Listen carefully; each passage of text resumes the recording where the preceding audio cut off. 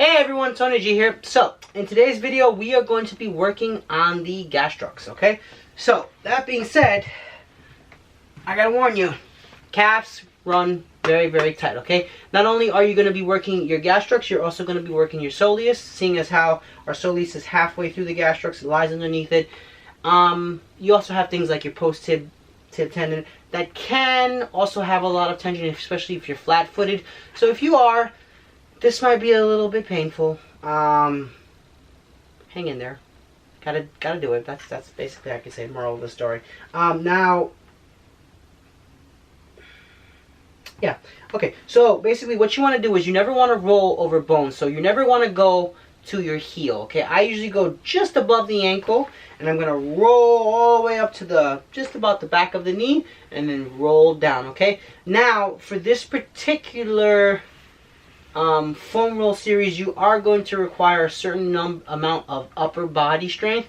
However, if you don't have upper body strength and you have a very, very tight calf, what you can do is you can actually literally just put the roller underneath your foot, and this is kind of a cheat. You're going to put our leg on top just to create pressure, and you're going to pump the ankle up and down, up and down, up and down, trying to work on decreasing tension, okay? If, let's say, this area has a lot of tension and you're like, wow, this hurts a lot, hang out here till you feel a release, and then you can move the roller down a little bit and work it there, okay? However, if you are someone who has adequate upper body strength and you want to go full out on this, just know that this one's going to be a little bit tense. This can be done with both the long or the short roller, depending on how much space you have. I typically like long roller for the most part. It does everything. The little rollers, they're convenient and they're helpful, but I like the big guys better. Okay, so here's what you're gonna do. You start about mid-calf, okay? We're gonna come up onto our hands and knees, and we can either do back and forth. We could do this bilaterally,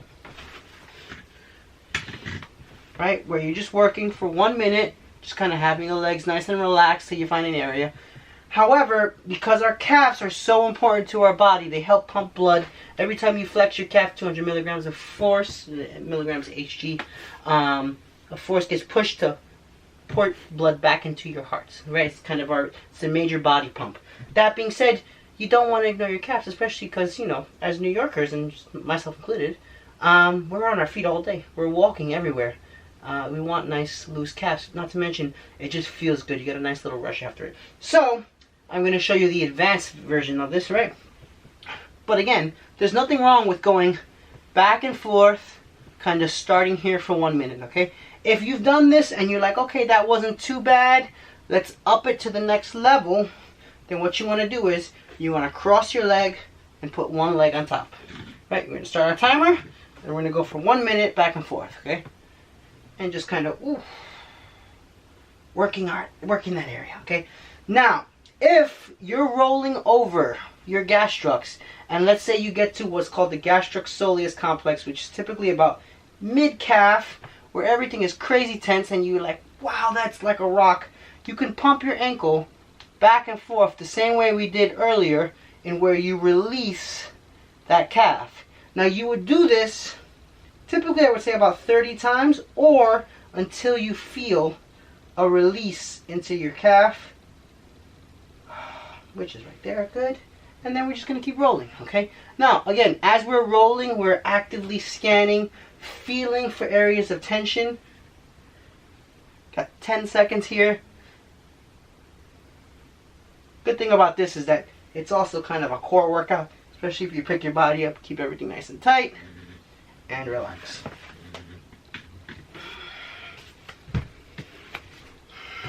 Give myself a second, kind of catch my breath. And we're going to switch to the right side. Now, some of the good things about foam rolling that I kind of share is that it helps, it acts as a self-massage. And let me get the timer going here. My right side's not as bad as my left for some reason. Interesting. Whatever it is, it happens. Either way, I'm still going to spend 1 minute working on loosening up my calf. Just back and forth. We're gonna loosening it up. Feel that muscle release. And then you're just going to go back and forth. Keep working that muscle.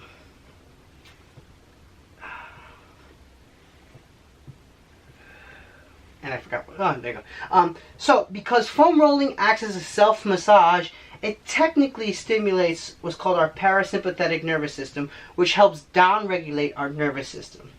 Now, that being said, and I'm going to actually have to record this separately and put it on all the other videos, foam rolling can help to down-regulate your nervous system for something like getting ready to go to bed.